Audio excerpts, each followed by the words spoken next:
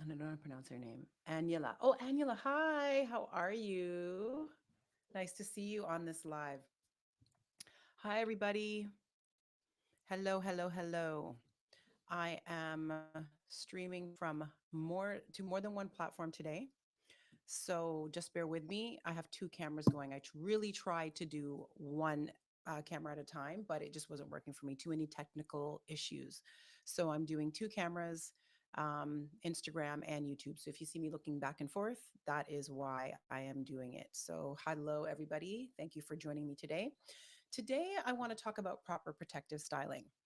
My name is Susan. I am the CEO of Earth Tones Naturals. I am also a naturopathic doctor and a trichologist, and I help people who have hair and scalp issues. And I help curlies who are struggling with their natural hair find confidence and step out in this world as they were meant to be rocking their curls. So that is what I do. I do it through the Earth Tones Naturals product line, through education such as workshops, live streams. Uh, I used to do love your hair parties before COVID hit. I don't do those so much anymore. And we are in the process of opening up a hair and scalp treatment center in Ajax where I'll be able to help more people with their scalp and hair issues. So tonight, I want to talk about proper protective styling. So the last live I did, we spoke about cold weather curl care. So this is kind of a continuation of that live because most people in the wintertime, what they'll do is they will protect their hair. They'll either do it through braids or some type of method. So I just really want to talk about how to do that properly without causing breakage and damage in the springtime, which I've seen so often if the braids and if the protective styles are not installed properly. So I really, really, really want to go through that just so you understand how the protective style should be installed and to kind of figure out how to assess your hair to determine whether or not it's ready for protective styling, it's ready to sustain the type of protective styling you want to put into it, and then what type of protective style you want to use. Hello, Genevieve. Nice to see you. So, proper protective styling. And what I want to talk to you about is the difference between a low manipulation hairstyle and a protective style. So I went into this a little bit last week. With low manipulation hairstyles, you basically want to reduce the amount of combing that you're doing on the hair. So low manipulation hairstyles would be styles such as twists or plaits. They're not necessarily protective because they're not really protecting the ends, but they do reduce the amount of combing that you are doing on the hair. So that is a low manipulation style. A protective style would be a style where you would keep the ends out of sight. Now, this could be braids. So you could do a braided style and kind of tuck the ends under. But if the ends are loose, then it's not necessarily a protective style. It's more of a low manipulation style. So a protective style is going to protect the ends 100%. So single braids where the ends are tucked in is an example, or any style where the ends are tucked in. The reality is that in the wintertime, any of those styles works.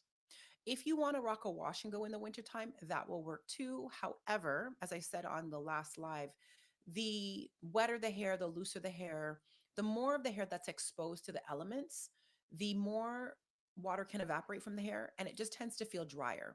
So for me in the wintertime, what I like to do is I don't like to feel dry hair. It doesn't matter how much hair butter I use on my hair.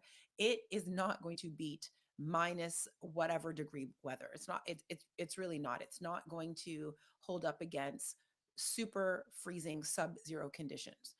Anything in that type of temperature is going to freeze. So I like to keep my head covered when I'm going outside in the wintertime. No matter if I have my hair in a protected style or not, I do like to cover my head as much as possible. I'll put a hood on or put a hat on. But for the most part, I hibernate my hair a lot in the wintertime, a lot. So, you have a couple of options. You have your protective style or you have your low manipulation hairstyle. Low manipulation hair protective styles may expose the ends of the hair. And so, why this is important is because I do have clients that come in that say that their ends tend to be really frizzy. And one of the reasons for that is because they're not necessarily using a product with hold in it. So something like a gel or a mousse or some type of styling product, when you use it, it definitely will help protect the ends. It will seal the ends. So when you do the twists or when you do your braids, what you do is you can put some styler on it and it will just seal the ends. I love sealing the ends. I think it makes the style look really nice and neat, but it also helps to protect the ends from frizzing. So if you are going through some frizzy ends or experiencing frizzy ends, then one thing you want to do is perhaps put a gel or some type of cream gel on the ends of your hair or even on your hair before you twist it or before you braid it, and that will help to seal the ends up. And I like low manipulation styles because you don't need to comb the hair daily. I just don't think that your hair should be combed every single day. I think that leads to breakage, it leads to damage. So minimizing the amount of combing that you do is ideal.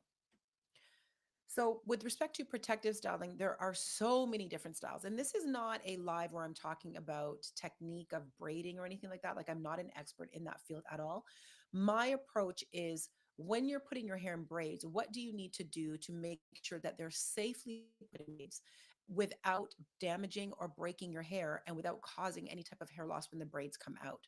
So, it's not a matter of the type of style you want to choose with respect to how to actually do it. It's more of preparing your hair, assessing the type of hair you have and what type of style your hair can withstand, and then some guidelines to follow to safely install those styles in your hair, how long to wear them for, and if there are any issues, what types of issues those would be. So there's a bunch of different styles. There's cornrows, there's twists, there's single braids, there's crochet braids. I will say though about crochet braids, and I am making a general statement here, just because the clients that have come into me have had crochet braids for the most part, and their hair has fallen out. Now, I don't know why. I'm not saying that crochet braids are bad, but there is a correlation between some of the clients that come into me for hair thinning and various types of alopecia and them wearing crochet braids. So I'm just going to put that out there that I do see a lot of clients who wear crochet braids that have a lot of thinning, whether it is thinning around the hairline or thinning right in the middle, thinning someplace else. Crochet braids are the number one. Number two are the single braids. Those are the two main types of styles. I don't see a lot of breakage and a lot of damage for people who are wearing cornrows. It's more so the extensions with with the hair that's being sewn in or woven in or braided in. So it's important to note that improperly installed and the misuse of protective styles can result in hair loss, thinning, and breakage. So that is why I'm going through this, because it is typically as a result of improperly installed styles that I see a lot of women coming into me. That's not the only reason, but a lot of times there is a connection between I had my hair braided and maybe it was improperly braided one time and it was left in too long, and then all of a sudden there was just some drastic hair loss that the clients experienced. So I do want to say that if you don't install them properly, that it can lead to damage.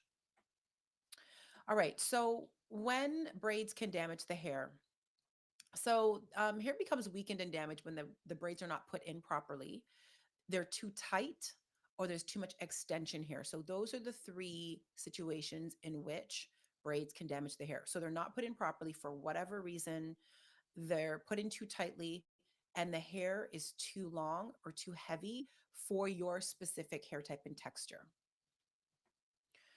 And so, with respect to the types of techniques that you want to avoid or minimize when you're having braids installed, you don't want too much of a difference or an imbalance between the extension hair and your natural hair. So, for example, if you have really fine natural hair, you do not want thick, bulky extensions added to your hair. Fine hair tends to be weaker structurally compared to medium strands and compared to thick strands. And so, what that means is fine hair cannot withstand the weight, the additional weight of extension hair if it's too big and too thick and too bulky. It might not feel that way. So, I've seen situations where it might not feel like the hair is too heavy, but it ends up being too heavy because it pulls the hair too much and can pull the hair out from the follicle. So you don't want that situation. You don't want small parts for heavy braids. So the bigger the braids, the bigger the parts, the bigger the base of support. If the braids are too tight, that is causing an inflammatory response on the hair follicle. And we know now through research that all types of hair loss, no matter what some of the pathology is with respect to the hair loss, there is an inflammatory component that occurs. So, inflammatory component to any type of single braids or extensions is the hair feels too tight. That is definitely one symptom of the hair being too tight. It feels too tight. You feel like your scalp is or your forehead is being pulled upwards. That is definitely a sign that either the hair needs to be or the braids need to be taken out and loosened in some way, shape, or form. If the braids are left in too long, this can be a problem. And if there's any improper shampooing and conditioning, however, you do not necessarily have to shampoo and condition your hair when the braids are in your hair. You really want to deal with your scalp only if you have any scalp issues or if you feel the need to cleanse your scalp. You want to deal with the scalp. You don't necessarily have to wash the hair. So, how do you know if your braids are too tight? Well, if you notice when the braids are installed, and this goes for cornrows as well, because cornrows can definitely be too tight. If there are small red and white bumps along the parts and along the hairline or the edges, your braids are too tight for sure. So that is kind of obvious if you're seeing those white bumps. If your scalp looks extra shiny, and I'm not talking about extra shiny because you've added oil, I'm talking about extra shiny without the addition of oil, that means that the scalp, there's too much tension that's placed on the scalp and it's pulled too tightly. And that can be an indication that your braids are too tight. If you have any white tipped hair sticking from your braid when it starts at the hairline, that could be an indication that the braids are too tight. So, white tips are hair follicles that have been pulled out somehow. And if you have an excessively dry, flaking scalp along the parts and along the hairline, that can also be an indication that your braids are too tight. So, with respect to the types of hair loss you can experience when you have braids in, the most common one is going to be traction alopecia. And traction alopecia is the sorry, hold on. It is basically pulling of the hair. So there's traction happening. And so anytime that happens, there's a weakening of the hair along its hair shaft, and that's what can cause traction alopecia. Okay. Traction alopecia is very common when it comes to any type of braided styles. Pulling your hair back can cause traction alopecia as well. And it it is something that is reversible, but and it's a little bit controversial here as if traction alopecia can lead into a scarring alopecia. Some evidence says it can, some evidence says it doesn't. But if traction alopecia persists for too long, then that could go into a scarring alopecia. And the primary type of scarring alopecia in Black women is central centrifugal cicatricial alopecia. That is alopecia that's in the center of the scalp and it radiates outwards. That is scarring, and that occurs when the hair follicles are scarred over. Basically, there's inflammation that happens. There's a whole bunch of stuff that happens with the hair shaft itself, and then your scalp tissue is replaced by a fibrosed tissue. And basically, just think of a scar that is doesn't heal properly, but you have like what's called a hypertrophic scar. So a hypertrophic scar is one that heals kind of above the skin, so it's not flat and flush with the skin. Think of a scar like that. That's what can happen in CCCA, and when that happens, the hair can't penetrate through the scalp tissue and you have areas of balding. So that's pretty much CCCA simplistically, but there is some debate as to whether or not your traction alopecia can go over into CCCA. But the beginning of it for some people is traction alopecia. So the beginning of the scarring alopecia can be traction alopecia. So we want to be very, very, very careful when it comes to this type of braiding. You want to make sure it's not too tight. You want to make sure that it's not pulling. Even if it doesn't feel like it's pulling, it could be if you have scalp sensitivity. So even if your braid doesn't feel tight at all, let's say it feels great, there's no tightness, there's no pulling, but your scalp starts to itch out of control, or you have some type of tenderness on your scalp, that is a sign of an inflammatory response. It might not be the sign that your hair is ready to fall out, but it is a sign of inflammation. And along that line, what I will say is I know that when some people get their hair braided, they'll put like the edge control gels on their scalp. That is an absolute no no. The edge gel, and I know people do it to make the parts look all defined for like all, of an hour, because that's literally how long it lasts. You are doing damage directly on your scalp skin. Would you? I don't think you'd put that product on your skin to moisturize it. So why would you put it on your scalp? So please, please, please, please, please do not put any type of edge control gel on your scalp to define any type of parts. That product, if you are allergic, yes, I'm talking about Shine and Jam. I'm talking about Shine and Jam. I'm talking about Shine and Jam or any type of edge gel. Even the Earth Tones edge gel, I don't recommend putting it on your scalp. It is not meant for your scalp. It's meant for your hair, not your scalp. There is a difference. If you put Shine and Jam on your scalp, you are playing around with an inflammatory response on your scalp. Trust me on that. I've seen it happen. I have not experienced it myself because I do not put Shine and Jam on my scalp. But knowing the ingredients that go into these types of edge control gels, they are fine for your hair. Don't get me wrong, but they are not to be put directly on your scalp. If you need your scalp, your parts to be defined, then what you can do is you can part your hair and put the edge control gel close to the part on the hair, not on the part. And the reason I say that is because it does stay put. That's what the gels are meant to do. Those types of products are meant to stay put right where they are. So if you want to make the part look more defined for all of like I said, 1 hour, then you can put the product on either side of the part on the hair. But please, please, please do not put that product on the scalp to define the parts. If you want your scalp to look nice and shiny, put an oil on afterwards. That is going to nourish the scalp. That is going to help reduce dryness. But Shine and Jam and all of these other shine, edge control, whatever it is, do not put them on your scalp. I implore you, please do not. Because what will happen is this: if you don't know you're sensitive until you are sensitive. And much like, I'll give an example of a situation where your skin is fine one day and then all of a sudden it's not, and then you're in this vicious cycle of chasing dryness and flaking and eczema.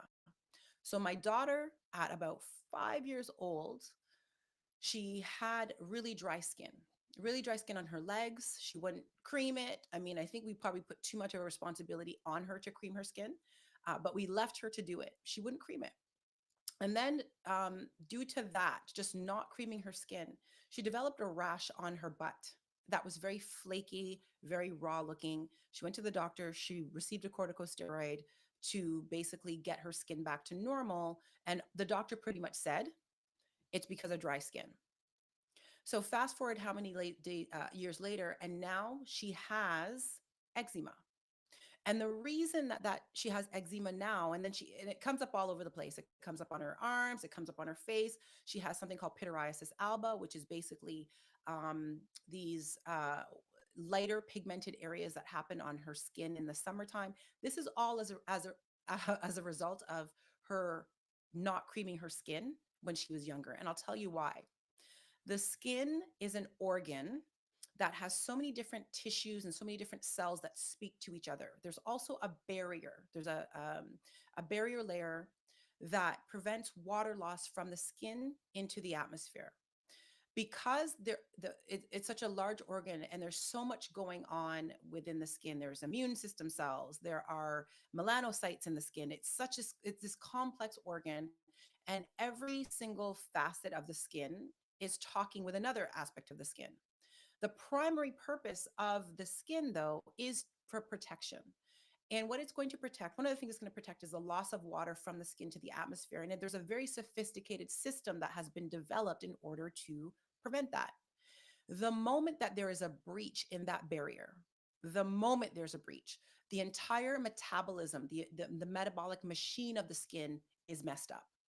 And when that happens, you have dryness first, and then a whole bunch of other issues. It could be dermatitis, it could be eczema, it could be psoriasis.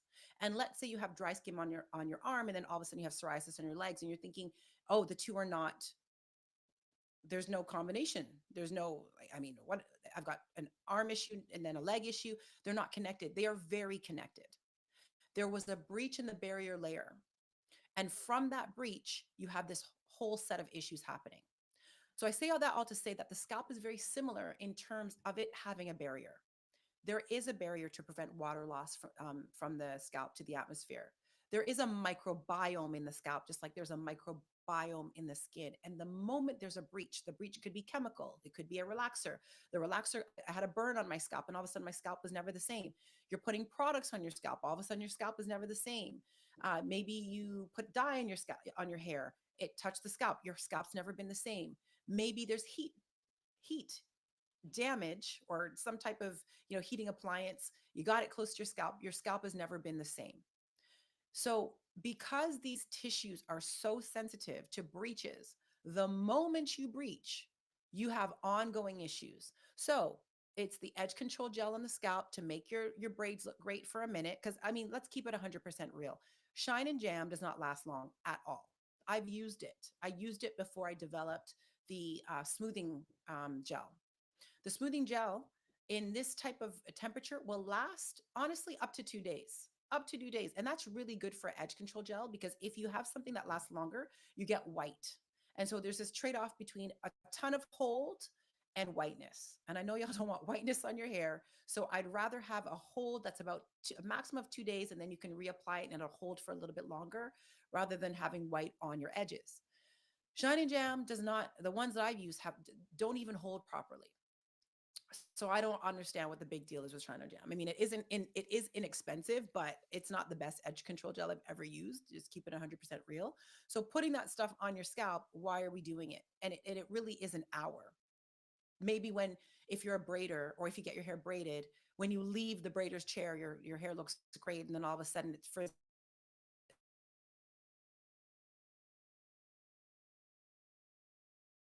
What I mean by that is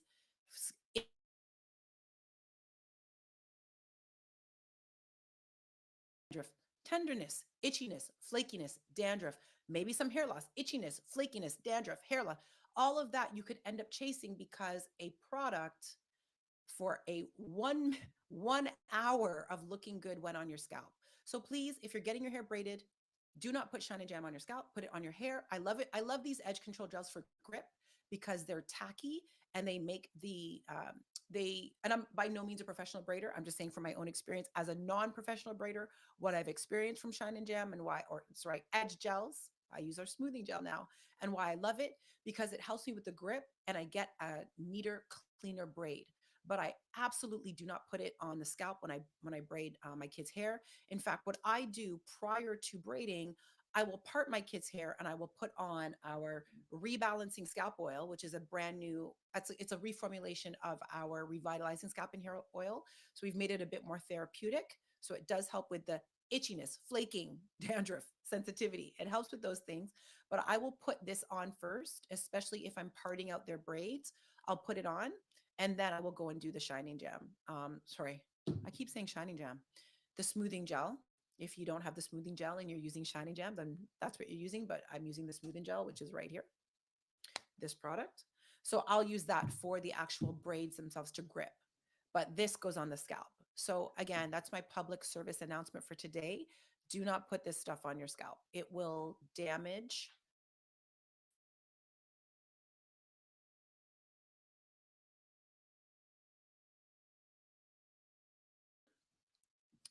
With respect to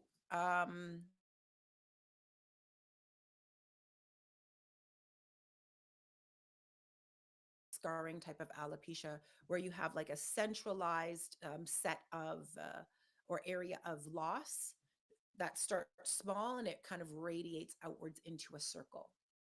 So that is a potential issue as well. And so the cicatricial alopecia is usually caused by relaxers, tight braids, could be caused by heavy extensions, heavy pomades, heredity. I mean, there is definitely a genetic component to it. And I'm not going to get into too much detail with the types of hair loss because I would like to do a separate live stream about that. But these are two potential types of issues that can occur if you have improperly installed braids, with the most common one being traction alopecia. Traction alopecia is reversible. So, but the caveat is you have to remove what's causing the traction in the first place. So if you are a person that braids all of the time and you have traction alopecia, the traction alopecia is not going to go away unless you stop braiding. So you have to remove the cause of the issue in the first place and then start to really treat your hair.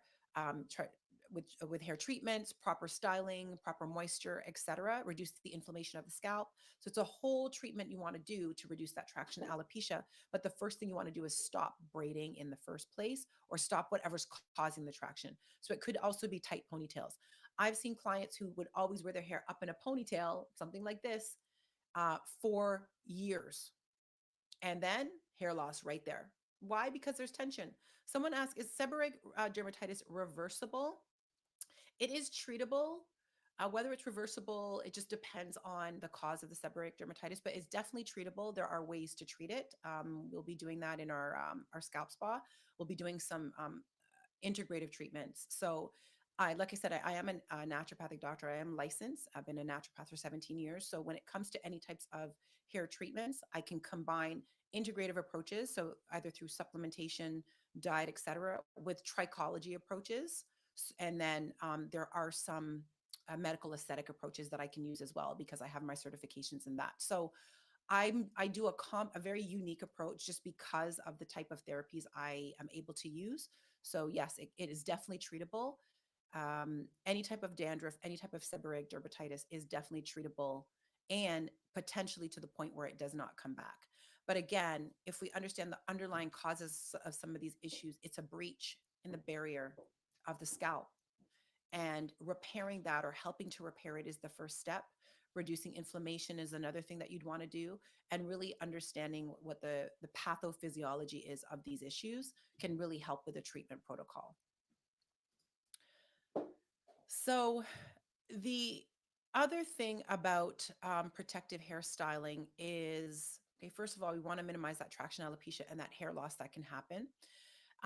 You want to kind of examine or figure out your hair type and texture, because that is going to help you determine what type of style you want to be using, even down to the type of comb. Like I just get that specific when I am dealing with protective styling, because sometimes, not all braiders, but sometimes if you're going to a braider that doesn't have a lot of knowledge on hair care, they are doing things that can actually do more harm than good to your hair.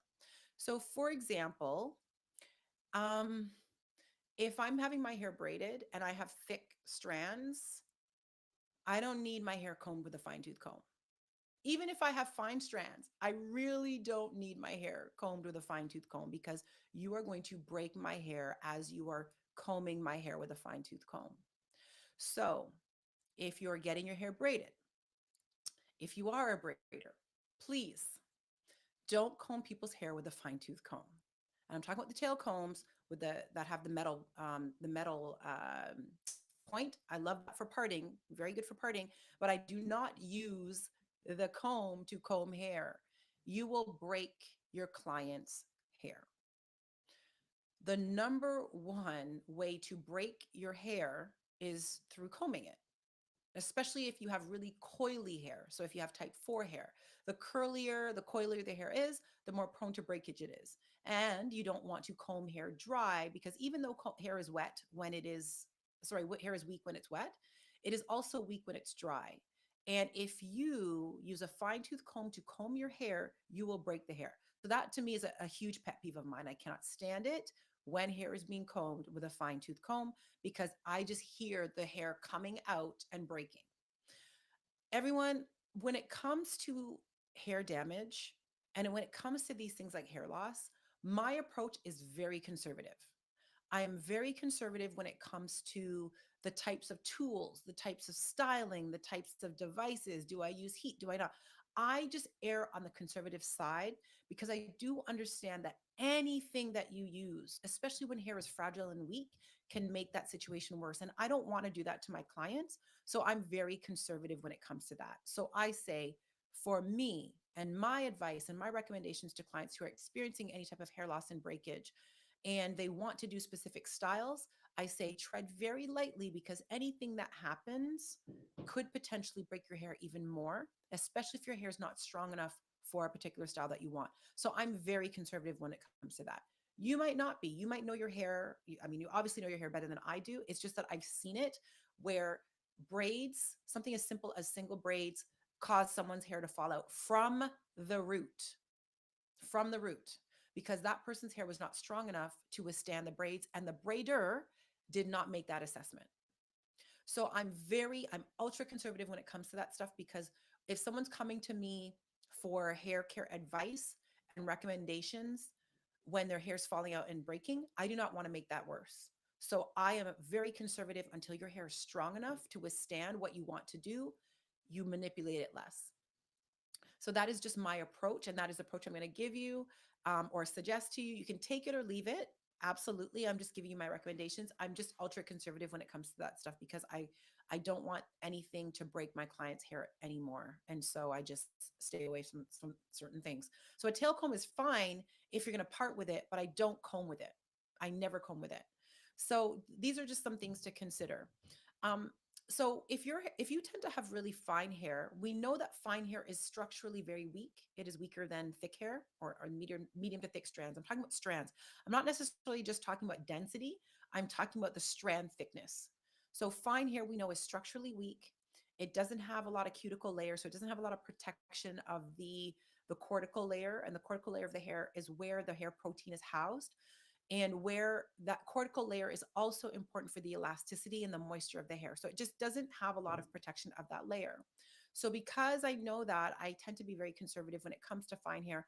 Fine hair, you can't do a lot in the beginning if you're experiencing damage with your fine hair, but then ultimately you can do stuff with your hair, if that makes any sense. So if someone with fine hair is coming to me with breakage, damage, weakness, I'm going to help repair that first and then get their hair to a point where they can do the braids. So if you have fine hair, what you want to know is that in general, you can't wear braids for a long period of time because they will frizz very early. And also, what I tend to find with fine hair is it knots very, very quickly. So, for example, if the hair is in even not knotted braids or knotless braids, what I find with fine hair is 4 to 6 weeks, 6 weeks maximum is the amount of time that I would keep those braids in. Maximum. Because after that point in time at the base you're going to collect dirt, and especially if you use edge control gel of whatever type, and let's say it's a really firm holding gel, what can tend to happen is it can tend to get really sticky at the base, and then when you go to detangle it, it doesn't detangle, so you have this big knot at the base and it's just a pain. So I've noticed 4 to 6 weeks, 6 weeks maximum. I would err on more on the 4 weeks of keeping the hair in. And then, especially the hair around the hairline, I do not put any single braids along the hairline that are small. What I would typically do, because I do my kids' hair, and I've trial and error over the past 2 years of me doing their hair. My middle one has really fine hair that frizzes easily. It's really coily, so it's type 4, but it's super fine and it's silky. So it frizzes. It doesn't hold a style well. And so I've learned a lot working on her hair, and she has that hair that the hairline will just go if you put any type of weight on it. So I make that those parts larger because the hairline, her hair in this area tends to be finer than the rest of her hair anyway.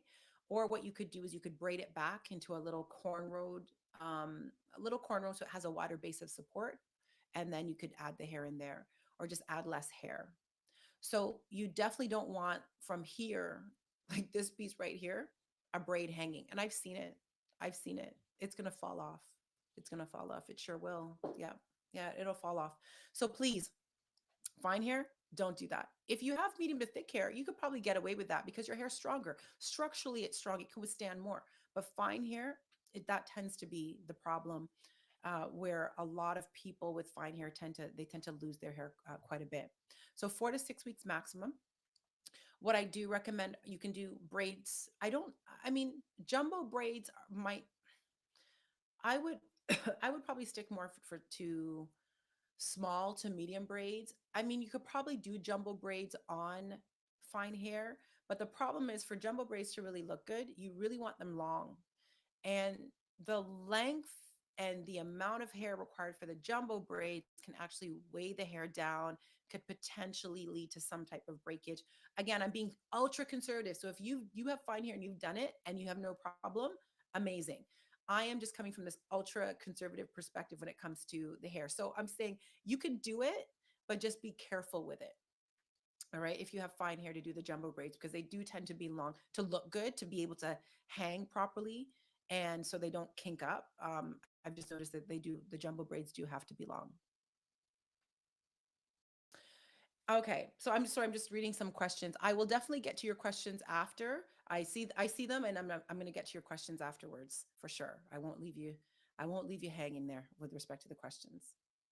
So again, the sky is the limit for you with respect to the types of styles you want to wear, whether it is going to be twists or locks or, sorry, not locks, yeah, faux locks or braids or whatever, but the principles will still apply. One of the styles I don't really like that much, and they're not bad. I guess it depends on how they're done. So that the technique that's done is the twists, like with the kinky hair. If they're done properly, and that your hair's not woven around the kinky hair, it can be okay. My only issue with that is taking the kinky twist out. If your hair is woven into the synthetic hair, it can be a pain to take out. That's my only caveat with that. Other than that, I do love twists. I would rather do twists with my own hair than extension hair because I don't like taking out the twist out of, like, the extension twist out of my hair, because it's wrapped around and it's just a pain to take out. Excuse me. But my go-to styles in the winter are twists and twists. That's what I wear. I love those styles because I can do it myself. I don't have to be my technique doesn't have to be amazing to put twists in my hair. I can do it myself, and I can make my twist look great. I can make my twist look like a wash and go if I want to. I can, by doing little small twists.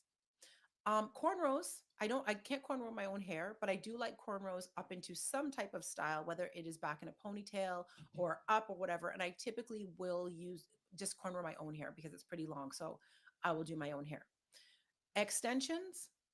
This is the first time I've had extensions in years. And my daughter did this about 4 weeks ago. It's time for me to take them out. But the only thing I didn't like about these, they are long. I do like the jumbo braid look. They are very long and they're just heavy. And my scalp was so itchy from the extension hair. It was driving me nuts. Luckily, we have a solution for that. So, from the Earth Tones line, two products that I did use on my hair, sorry, on my scalp when I had these in the first couple of weeks, the Trichotherapy Scalp Renewal Complex. So, this is a serum that goes on your scalp. It is water based. So, this is going to stop the itching. It's amazing for stopping the itch. And then for any dryness, with respect to an oil, I did the rebalancing scalp oil. So you can use the two of these together, so one on top of the other. So the serum would go first, so the water goes on first, and then the oil on top, to really take care of your scalp in the protective style. So these two were lifesavers, amazing at, helping the itch of the hair. And that's the other thing too. Like, if you wear braids a lot, another thing to consider is the hair could be the cause of your scalp irritation as well, because I noticed when I had the hair in, my scalp was on fire. And my scalp is usually not on fire. So I know it wasn't the products I use. I use the exact same products to prepare my hair ahead of time. It was the synthetic hair. So that was a pain. So I want you to just make note of these things when you're doing these protective styles, how your scalp feels, what's happening. Is it itching? Is it on fire? Are the braids too tight? What is going on with the scalp? Is it too tender? If there's anything like that, it is telling you that something is wrong. I don't know what's wrong. It could be that the hair is the braids are too tight. If there's itching, or it could be the synthetic hair, you're sensitive to it. It could be, a product that was used on your scalp during the braiding process. But please make note of these things if this is happening to you or has happened to you, because that is a sign that something is not right with the scalp. And that could show up later on as flaking, like this perpetual flaking dandruff issue that you're having to deal with. So with respect to hair prep prior to your protective styling, It is so important that if your hair is breaking off, if your hair is weak, that you don't put your hair into protective styles to say, okay, I'm just going to put my hair in protective styles for my hair to grow. You might have a different result. It might break off even more because your hair is not strong enough for that style. So what I do recommend is if you have issues with your hair, breakage, damage, etc., that you deal with that first for maybe about 4 to 6 weeks, where you are um, shampooing, deep conditioning with a reparative, a repairing type of conditioner that has some protein in it. From our line, I do recommend the restorative hair mask. It does have keratin, it does have protein. It is the product that I recommend for breaking hair and any damage. So you would deep condition with that, and then I would do more low manipulation hairstyles like twists. I really like twisting your own hair because you don't put a lot of tension on your scalp. So that's why I like it. That's why I prefer that over braids uh, with extensions. If you want to plait your own hair, that's fine. But anything that's going to reduce the amount of tension and the amount of friction on your scalp and will give your hair a rest while you are taking care of your hair. So I recommend 4 to 6 weeks of repairing before you even consider putting braids or any type of extensions in it. And you'll know your hair's ready if it feels stronger, but it stops breaking. I mean, we all know when our hair's breaking and we know when it's not. So you would be the gauge of that to know, okay, my hair's not breaking, it feels stronger. I think my hair is ready for braids. I do not recommend doing putting braids in your hair if you are experiencing breakage and damage. And that's what some people do. They'll say, okay, you know what? I'm just going to give my hair a rest. I'm going to put braids in and then it falls out. It's because your hair is just too weak to put the braids in your hair. So you want to do about 4 to 6 weeks. And your 4 to 6 week process is you want to cleanse, condition, moisturize style. So cleanse with a shampoo, condition with your deep conditioning treatment, moisturize with a good leave-in moisturizer, again from our line, the Curl Quench Hair Butter or the Moisture Milk, depending on your hair type and texture. And then your styler could be the hair butter or the moisture milk, depending on how you're wearing your hair. Or it could be like the perfectly twisted or a gel or something that you're going to put in your hair so you don't have to manipulate it a lot. Sometimes in the wintertime, I do walk around with my hair in twists, like big twists, until I'm ready to style it. So I just have the hair butter in my hair and until I'm ready to style, or I'll have the hair butter in my hair to my next wash day. The point is for me, it's moisturized and ready and waiting for me to do something with it, but it's moisturized, so I don't have to worry about that. So your hair prep for braids, if you are braiding, I have so many little things that I just when it comes to braiding, I'm not feeling. Like braiding your hair without any moisturizer in it. Some people do that. Some braiders do that. I don't it it makes no sense because when your hair's in braids, you can't moisturize it. How are you going to moisturize your hair when it's in extensions? How are you going to do that? How does one do that? Especially if they're tucking your hair underneath the synthetic hair. Like, how do you moisturize the hair when it's in braids? And so, if your hair is not moisturized before it goes into the braids, how is it expected to be moisturized while it's in the braids? It doesn't make any sense. So, my thing is, before you put your hair in braids, it has got to be moisturized. So you would cleanse, you would condition, and you would moisturize. You use whatever moisturizer you want. You again, hair butter, coconut moisture milk, a moisturizer from another brand, absolutely. But you want that moisturizer to dry in.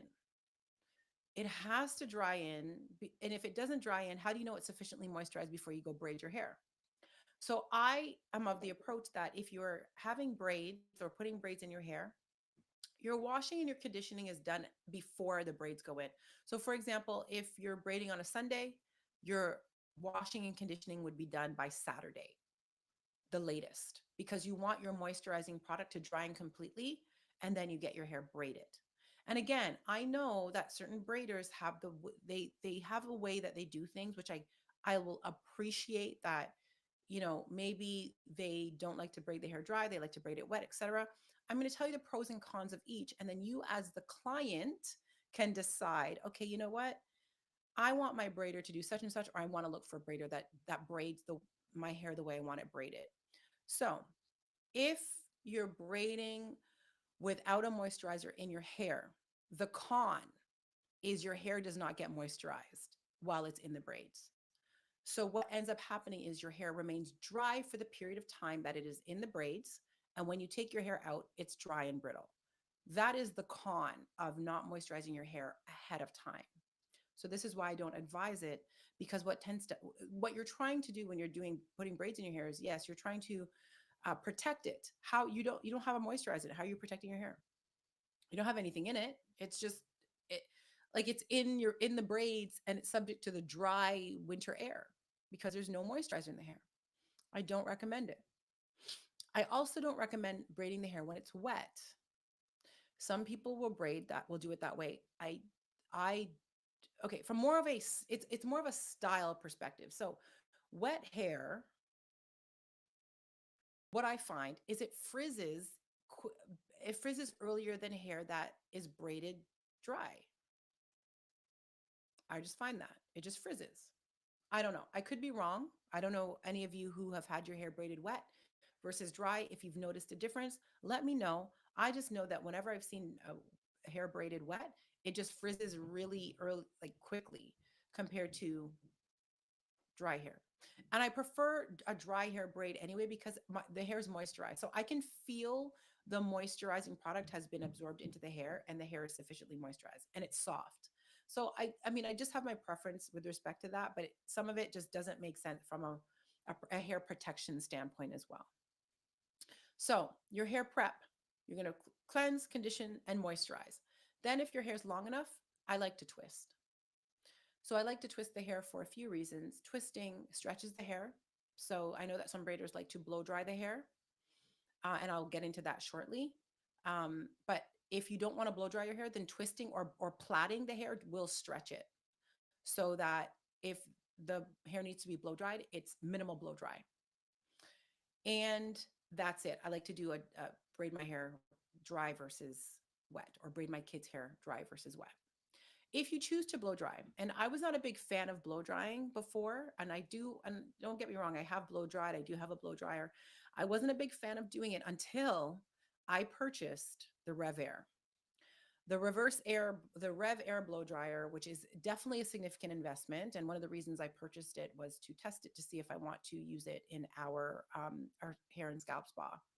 And I got to tell you, I love it.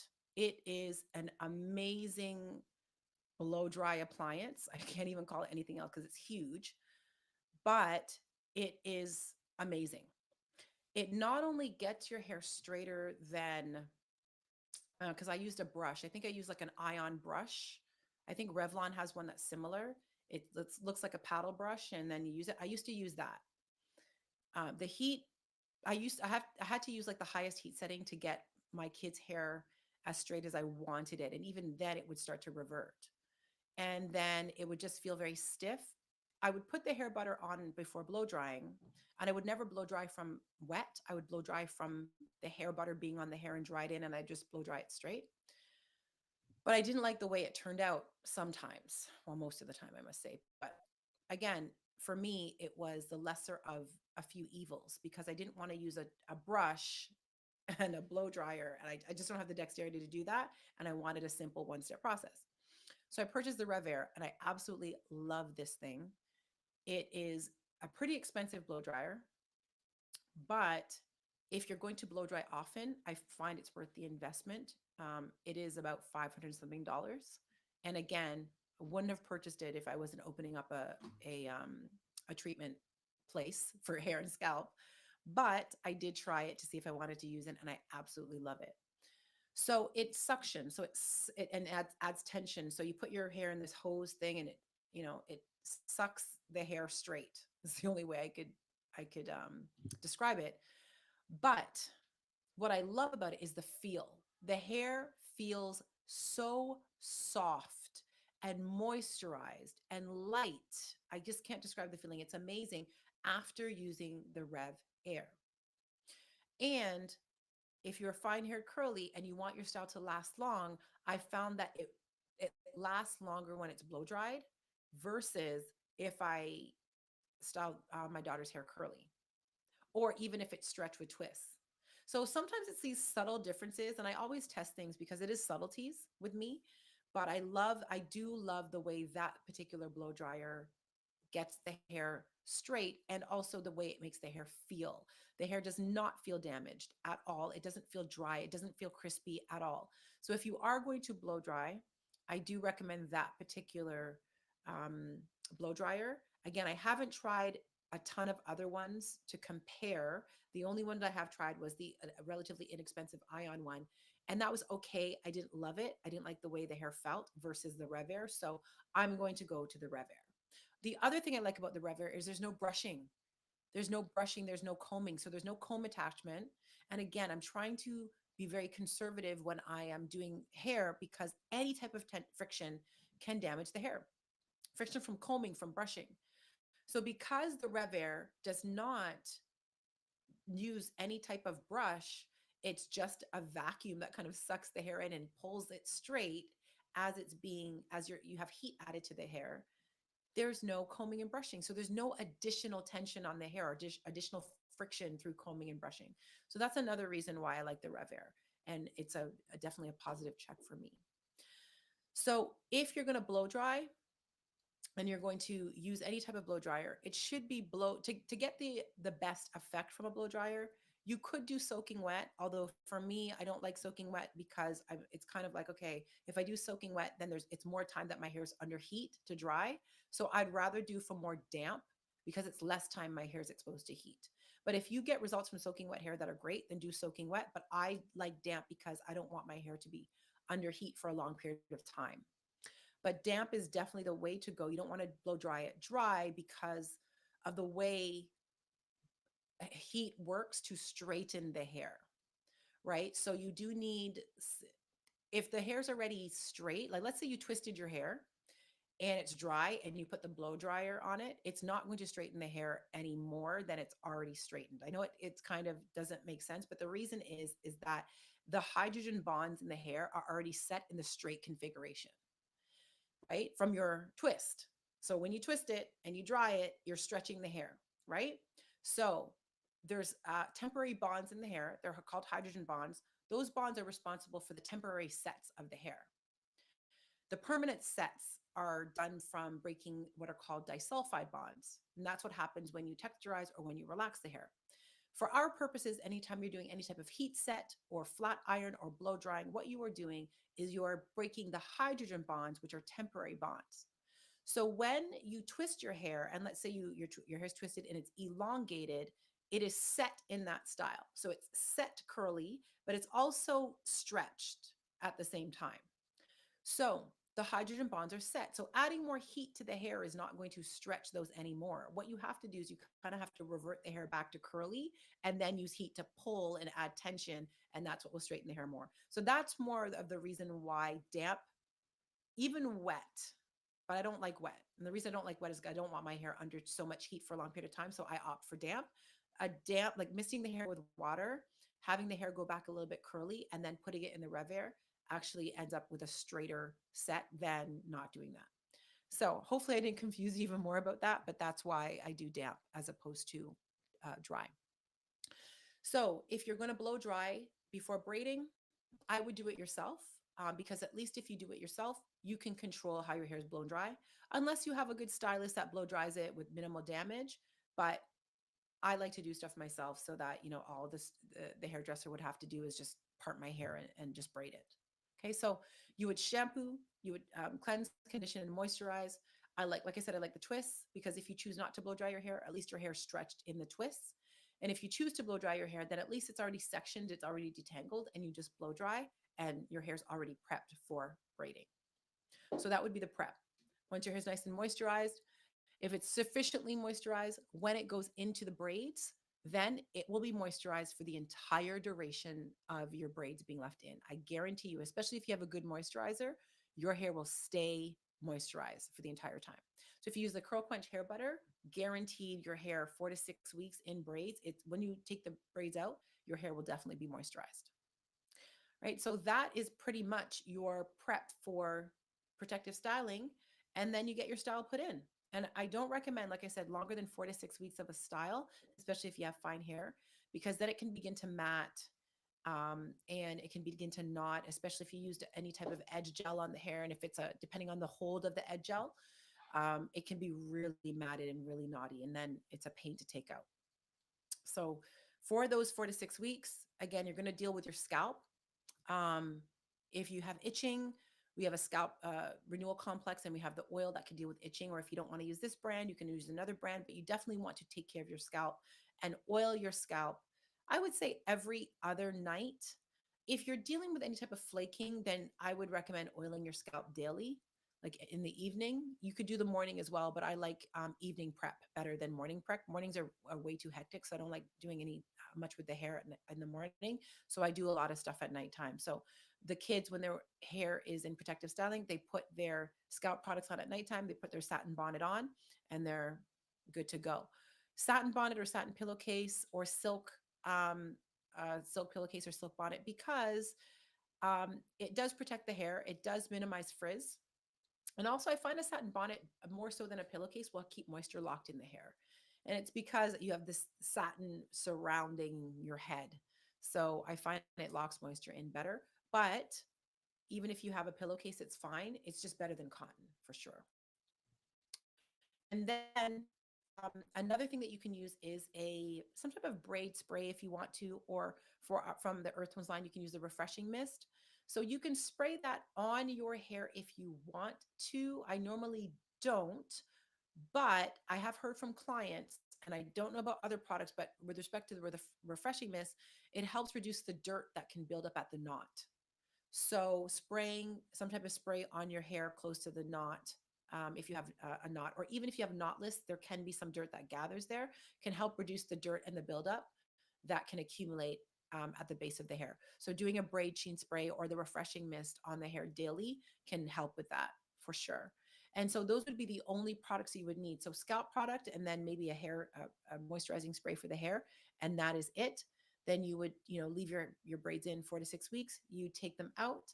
You'd wash your hair, and I would say, if you're going to repeatedly braid throughout the wintertime, I would maybe put like a 1 or 2 week gap in between braids. I mean, there's nothing wrong from going from braids back into braids back into braids. Um, but if you do find you have some breakage and some damage, then maybe do a 1 or 2 week break in between braided styles, or um, extensions, and then put the extensions back in. I mean, it's just a trial and error run.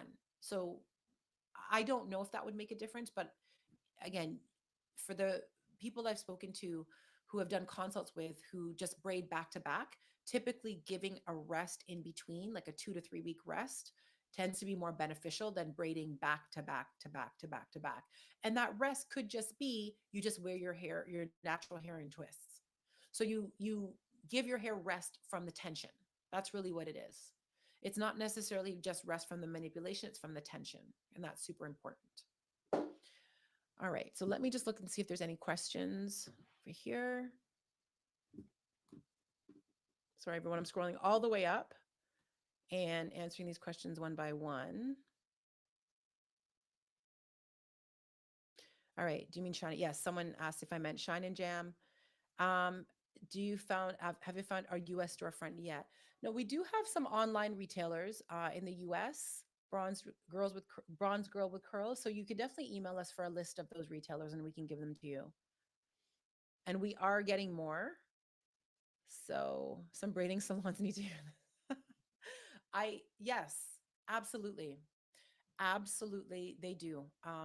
It is and I think that was in reference to the Shine and Jam. It is a big, huge pet peeve with me with respect to this whole braiding industry, because some people, not everybody, but some are not, the hair care is not necessarily their forte. Braiding is. And so you could be a great braider, but don't know much about hair care. And so I'm hoping at some point to kind of bridge the gap between those two, to kind of do a course on, and I actually will be doing a course on corrective curl care, which is what I kind of specialize in for the most part, to stylists, braiders especially. And again, I'm not knocking braiders. I know some amazing ones who know their stuff. I'm speaking about those ones that don't. And it's super important because you need to know your stuff as a braider. You need to know how to assess somebody's hair. You need to understand product. You need to understand curl pattern. You need to understand texture. You need to understand all of that stuff so that when the person takes the braids out of their hair is not broken off because you, as a braider, did not install braids correctly. Or if you put braids in someone's hair that should not have had braids in their hair. And so it's just, yeah, a really big thing with me, especially the shine and jam. Like, I'm just like, what is going on with this product? Because I just don't find it that amazing. And I've used it. Seborrheic dermatitis. Okay. So I did answer that question. Okay. Um, I only have it on the napes of my hair and nowhere else on my scalp. Medicated shampoos don't work, and I have to get a topical from a derm to see if that works. Okay. So bronze with curls, you can feel free to email. We do consultations, scalp consultations, hair loss consultations. Sometimes with scalp consultations, I don't always do virtual, but I can if I understand or know the diagnosis. It's just a matter of getting a history from you and then giving you a treatment protocol. The treatment protocols that I have given for, and this is home care. So this is not even in clinic because it's not open yet. So the home care treatment protocols for dandruff that we've given and seborrheic dermatitis that we've given have worked amazingly well for about 70 to 80% of our clients. So if you are experiencing seborrheic dermatitis and you cannot get in to see myself, um, like in person, and you want a virtual consultation, I can definitely do those because the home care that I give works amazingly well. And then when we do our hair and scalp spa, we'll be doing in clinic treatments as well. So in addition to home care, there's in clinic.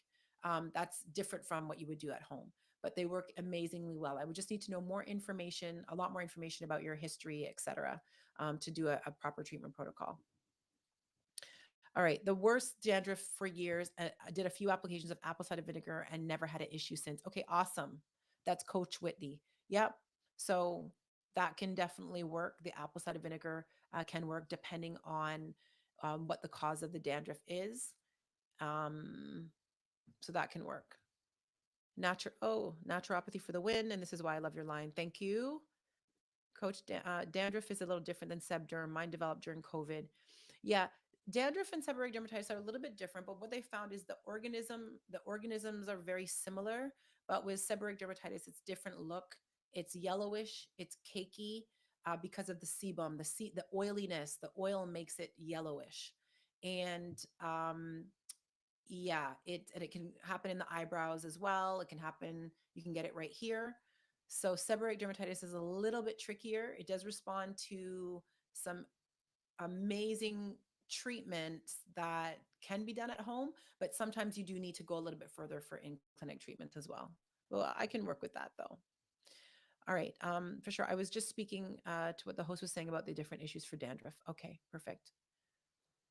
All right, so I'm just looking through these.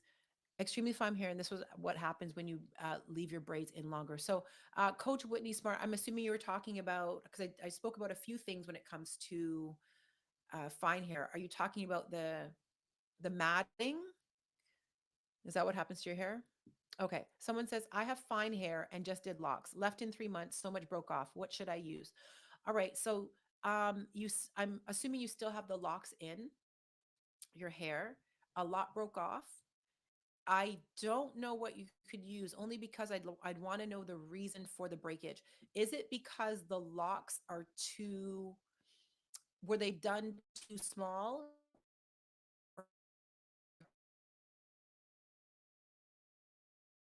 or making recommendations?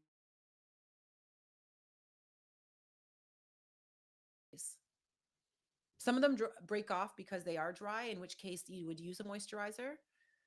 You want something light.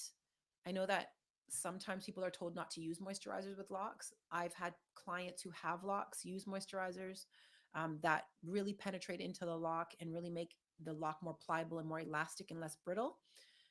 Light moisturizer like the coconut moisture milk is very good for locks, but I kind of have to know what's happening with the size of the locks and if they're dry. Yes, this live is being saved. Yes. I braided my hair not too long ago and had to take them out after 4 weeks. It itches a lot. Yeah. So that's the thing. Like a lot of people, what they'll do is they'll put braids in their hair, and because of the expense, because unless you have a family member that's braiding your hair and then you don't have to pay, if you go and pay someone to have your hair braided, that's a lot of money. And you also took the time, how many hours? So you're thinking to yourself, okay, I'm going to keep these braids in as long as possible because I paid money for them. But if they start to itch, and if the itching gets out of control and it's not calmed down, like let's say you cannot find a way to calm the itching and they're too tight, again, me being a conservative when it comes to this kind of stuff, I would say take that stuff out, take the hair out, remove them if you cannot calm down the itching. Excuse me. Or if the braids are way too tight, they have got to be loosened and or removed. And also, I will say that a way to not have someone get to the end of braiding your hair after a few hours and you saying that the hair is too tight is along the way, please be don't be afraid to tell your braider or tell your stylist, hey, you know what, this is too tight, or please don't use this type of comb in my hair, or please don't use this on my scalp. Please don't be afraid to do that. You know what's best for your hair. And I know as a stylist, you have, if you're a stylist, you have your way of doing things. You definitely have your system, you have your way of doing things. However, please keep in mind that if you've never worked on this client's hair before, right? Let's say it's a new client and you don't know what will irritate the client's scalp. You don't know much about the client. Take the client's word that they're when they're saying to you, the hair's too tight, the braid's too tight, it's too tight, don't use this on my hair, that they know what they're talking about. So it's kind of up to you as a client and the braider to work hand in hand to give you the best style without damaging your hair. But the braider also needs to know some stuff too, right? So that's kind of where, there's got to be some type of training that's happening for braiders to really understand hair. Like you have to know hair. You have to understand hair. You really do. You can't get around it and just say, no, I know how to braid, so I'm just going to do hair. You could damage people's hair. I've seen it happen. I've seen it happen. Okay. So I'm just looking to see if there are any more questions. All right. Is it okay to braid hair even if the ends are splitting and breaking? I would, again, I'm super conservative when it comes to that stuff. If the ends are breaking, if the ends are splitting, you need to cut those ends off. But now we have to figure out what's going on. Why is the hair breaking in the first place? Is it breaking because it's dry? Is it breaking because of some type of chemical processing? So, for example, a texturizer or color or whatever. So, we need to address that first before putting it to braid. So, I'm conservatively speaking, let's treat the hair for a little bit, about 4 to 6 weeks. Let's see if we can rectify that situation with the breaking and the split ends. And then we can then put your hair in braids. So let's take care of that. Can you also post your US retailers that are doing Black Friday that carry your line? Yeah, I can take a look into that to see if anyone is doing that as well. Yes, for sure. I'm in the US, would need to be virtual. Okay, not a problem. You can email if you're interested, info@earthtonesnaturals.com for those of you who are interested in any type of virtual consultation, and we can send you the information. I twist my own hair and it helps it to grow. I love your products. Yes, I'm a big fan of twists. I love twists. They are easy to install. And listen, the reason I like twists is not because of, I don't want to do any other style of my hair. It's just, it's less tension. It's less tension. It's less itchiness. It's less, because even if I do cornrows, if I have cornrows put in, I guarantee you, like to look good, they have to be tight on my scalp. I don't like that feeling of tension. I don't. I don't like scalp irritation. I don't like itching. I can't even lift my eyebrows because it's too tight. I don't like that feeling. And I know that as a result of that feeling, what can happen. So I don't like it. So this is why I don't wear those styles that often. I love twists though, because they can look great and they're less tension on my scalp. And I think that for me, as I get older in my age, the health of my hair is super important, but my scalp it supersedes that, because from the health of my scalp, my hair will grow healthy. If my scalp is not healthy, then that leads to disordered hair growth, that leads to issues with breakage, damage as the hair is emerging from the scalp, right? And I know that as hair emerges from the scalp, it is no longer living. It's the scalp, it's the hair that's beneath the scalp that's living. But what you put into your scalp and what you put onto your scalp can actually affect the quality of the hair that comes out. So these are things that you want to be mindful of. I'll give you an example. In cicatricial alopecia or the scarring alopecia, as the hair starts to grow out of the scalp, it it it has this kink to it, and it's very fragile and it breaks very easily. And one of the reason is that because as the hair is growing out, there's a structure of the hair that's missing, and this is all part of the disease process. So in cicatricial alopecia, the quality of the hair is not there. It's more prone to breakage, damage, and dryness because of the disease process and because of what's happening beneath the scalp. So that's just an example of, the scalp needing to be super healthy and a great environment for proper hair growth. So I'm more interested in how that feels than anything else at this point. Even though I can make my hair look and feel great, my scalp needs to be super healthy. And so that's what I'm interested in. All right. What about breakage from medical hormonal issues? Um, I mean, breakage, you're not necessarily going to get breakage from that, but you could get hair loss. So hair loss and breakage are two different things. Hair loss meaning it's coming out from the bulb, so it's thinning, versus breakage, which is breakage at the hair, like you got part of the hair breaking off itself. Can medical issues cause breakage? They can, but they more so cause thinning, more so than breakage. So we'd have to kind of figure out, why the hair is breaking. I'm always searching for why, like it, because once I understand why, then I can address it. But I'd have to find out some more information about that. Can you address medical issues quickly? I feel like a lot of my breakage are due to that, and my hair is barely growing, even though I'm using natural products and wearing your hair into twist. Okay, Coach Whitney Smart, please email me directly because I'd want to get some more information from you about that. So email info@earthtonesnaturals.com. And just remind me, say I was on your live and I'm inquiring about breakage due to medical issues, because I'd need to know more about what types of medical issues without getting into too much of your personal information. It's just, I just want to get the context. So please email me. Do you use heat protectant product? And what about postpartum hair breakage? Yeah, so heat protectant, very interesting. I only started blow drying. So what I use for my heat protectant is I do use the hair butter, even though it's not a heat protectant per se. That being said, the rebalancing scalp oil, this new product, it is meant for the scalp. It is 100%. I create it for the scalp, but because there's oils in it, there are some benefits to the hair, and one of the benefits to the hair is that this oil, there's an ingredient in there that can help with protecting the hair from damage from heat. So I am going to. I have used it and added heat to the hair, and the hair has been super soft. No issues with respect to heat damage, meaning the hair goes back curly after it the hair goes back curly after it's been straightened. But all that being said, I am looking into creating a heat protectant spray. Okay. So heat protectant is very important.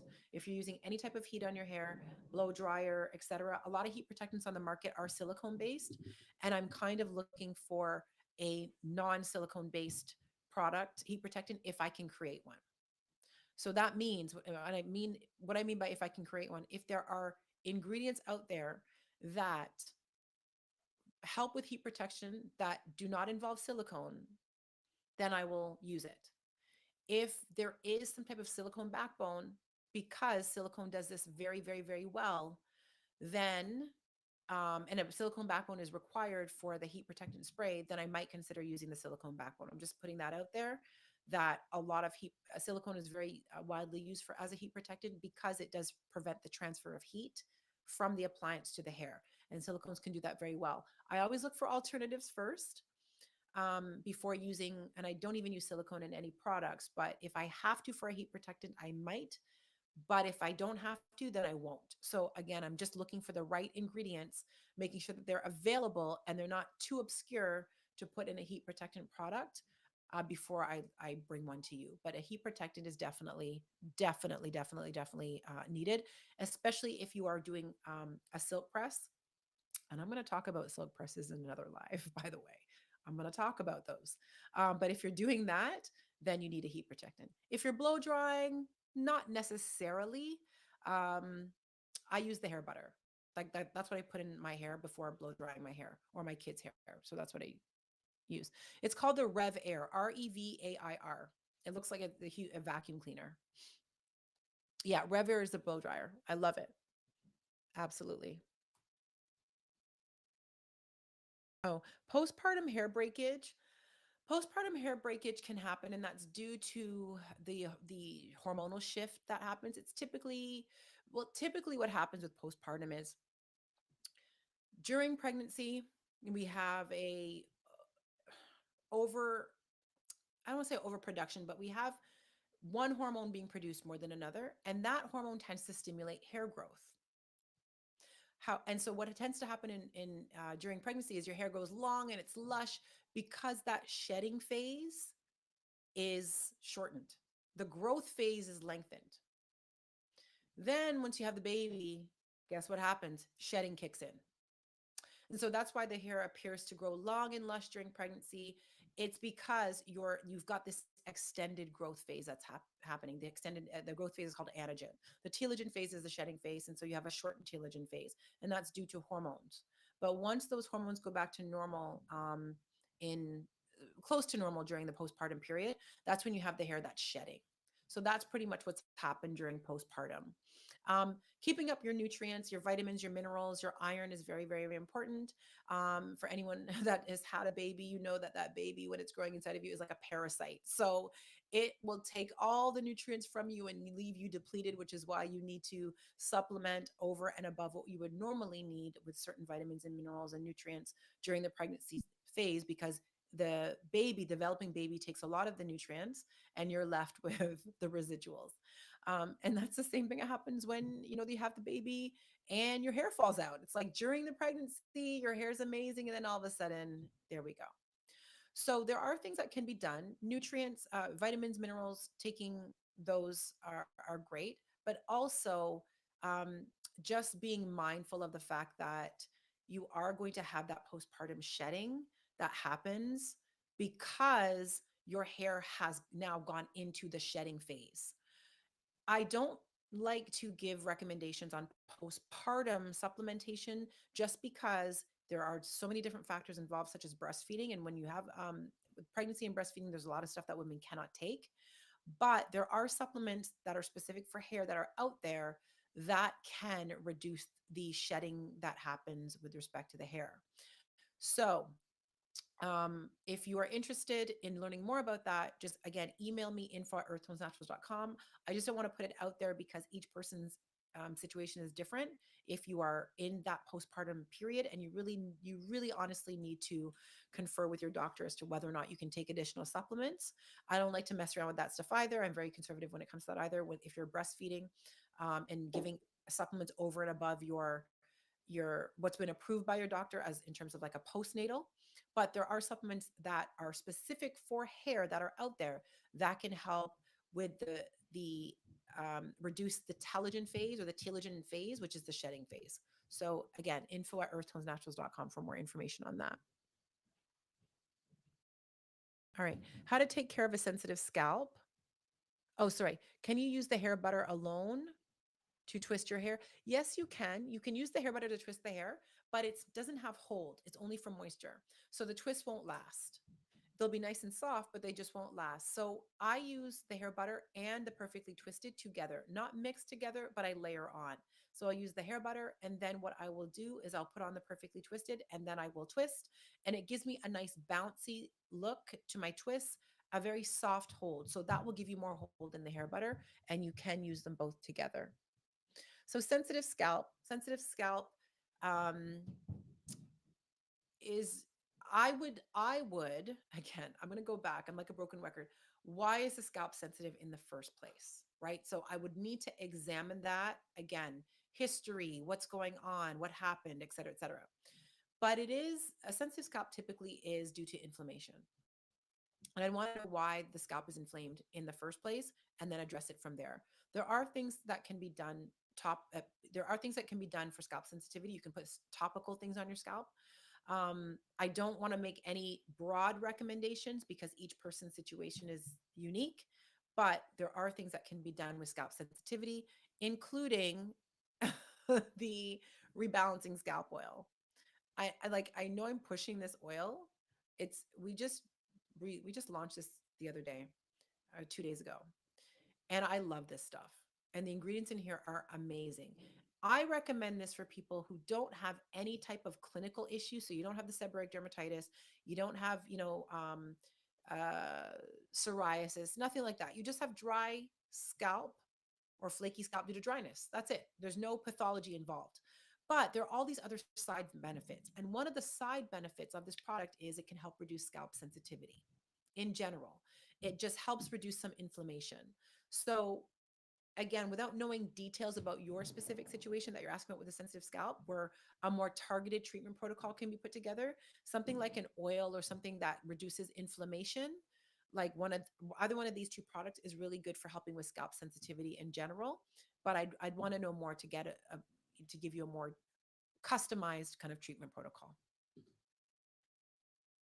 Will you be addressing thinning edges in the future? I absolutely will be addressing all forms of hair loss, all sorts of alopecia. The other thing I will say, as I'm coming off my edge control soapbox that I was just on when I was talking about shine and jam, etc., the laying down of edges. Okay, I understand that's a thing. And I do like to, whenever I'm doing a product application on any clients, I will kind of smooth the client's edges. I will, because it finishes the look.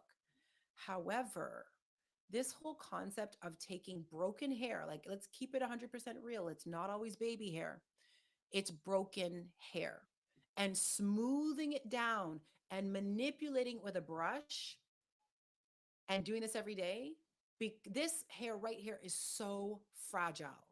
It is so fragile. You are breaking that hair even more. And when I see long pieces of this, like on the edges, it's not even like the short ones, it's long ones, like that's broken hair. Why are we doing this? Why are we doing this? Don't get me wrong. I like a nice finished look, but this is doing more harm than good. Every day, every day, why are we taking broken hair, broken edges, and laying down these edges with shine and jam? I just don't understand it. And so if your edges are thinning and you're laying down your edges, your edges are probably going to thin even more. I'm just keeping it 100% real. So I'm going to talk about that a little bit later when I talk about hair loss in general, but I'm going to get off my edge control soapbox. I was so hesitant to create a edge control gel because not that I'm anti edge control, but for me, it was like, I'm not about laying down the edges. It just caused more harm than good. But I will say that for finishing a style, meaning if you're doing a wash and go or you're doing twists and you just want the style to look neat and you don't, the gel itself, like any of the jellies or any other gel that you're using is not strong enough to actually make the style look neater. This is where something like this comes in. But I don't use this every day to lay down my edges. As you can see, my edges are out of control right now because I have to take my braid out and wash my hair. I don't care. I don't care about these edges right now. I have to wash my hair. I'm keeping it 100% real. My hairline looks a mess, and I'm cool with it because to lay down these edges with this would look even more ridiculous. Because to make it look good, I need to take these braids out and rebraid them. So why are we doing this? I don't understand. Listen, I love this product, the smoothing gel. It's amazing for what it does, but using it in context. I use it for grip when braiding. And if I'm putting my hair back in a ponytail or my daughter's hair back in a ponytail, I use this. And for the initial sleek look of a style, like if I'm putting my hair in braids, and for a wash and go. So at the end of the wash and go, when it is already dry, if my hair's back out of my face, I will use this to slick it back and to make everything look smooth and seamless. But this is not something I use every day and I'm like religious about. because doing that will break my hair even more at the edges, and they're already fine. So I'm gonna get off that snow box. Soap, that's not snow box, that's soap box. Um, what do you think about taking collagen? Yeah, collagen has shown there's some promising data with respect to collagen and hair growth. Again, I am going to talk about I promise you. I promise you with respect to topics, I'm going to talk about all of this stuff, but there's some promising data with respect to collagen and certain aspects of hair growth. So I will definitely get into that as well, and the type of collagen that you want to be using, etc. All right. What product is that you use? This one, if you're talking about the edge, is the Earth Tones Sleek Control Smoothing Gel. And then again, Earth Tones Rebalancing Scalp Oil. Rebalancing Scalp Oil. My cameras are taking time to focus. Okay. And then the Trichotherapy. So it's the Earth Tones Scalp Renewal Complex. So these are my two scalp products that I will use. And then this is what I also use when I'm talking about braiding. This is what I'll use for grip. Okay, so I love it for grip. And by the way, we are having our Black Friday sale. It started yesterday. It is going until next Monday. So you have a week to purchase. It's not so frenzied like a 1 day sale. It's actually pretty stress free. And you'll get up to 25% off. So the scalp products, these products are 15% off, and the Edge Gel is 15% off. Most of the products are 25. It's just some of the specialty products are 15% off. So if you want to stock up on your favorite products between now and next Monday, you can get your up to 25% off. And that is in our Ajax boutique as well as online. All right. Thank you, everyone, for your attention for this past hour and a half. Thank you, thank you, thank you. And again, all the topics, all the questions, they were amazing. I will be doing more lives on these specific topics in the future. And I hope to see you next week. Oh, sorry, one more question. When using the Earth Tones Max Gel, can be used alone. Yes, the Max Jelly can be used alone. Now, here's a tip if you're using the smoothing gel.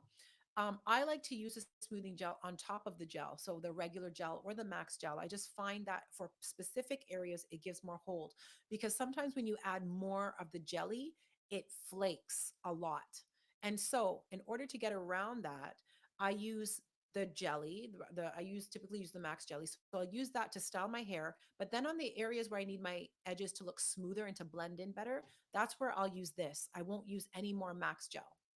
I will use this when my hair is dry, and it just adds such a amazing finished look to the style.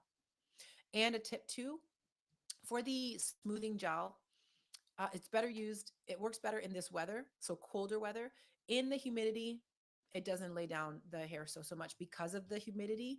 I'm thinking about maybe perhaps putting more hold into it, but when you put more hold, you get into the hole, it turns white, which is what I don't want. So it's perfect for winter, perfect for fall, perfect for spring. Not so great for summertime because it doesn't hold as well because of the humidity. But it's great for this weather. All right. You are so welcome. Thank you everyone that joined me. Have a great evening, and I will see you all next week. Thank you very much.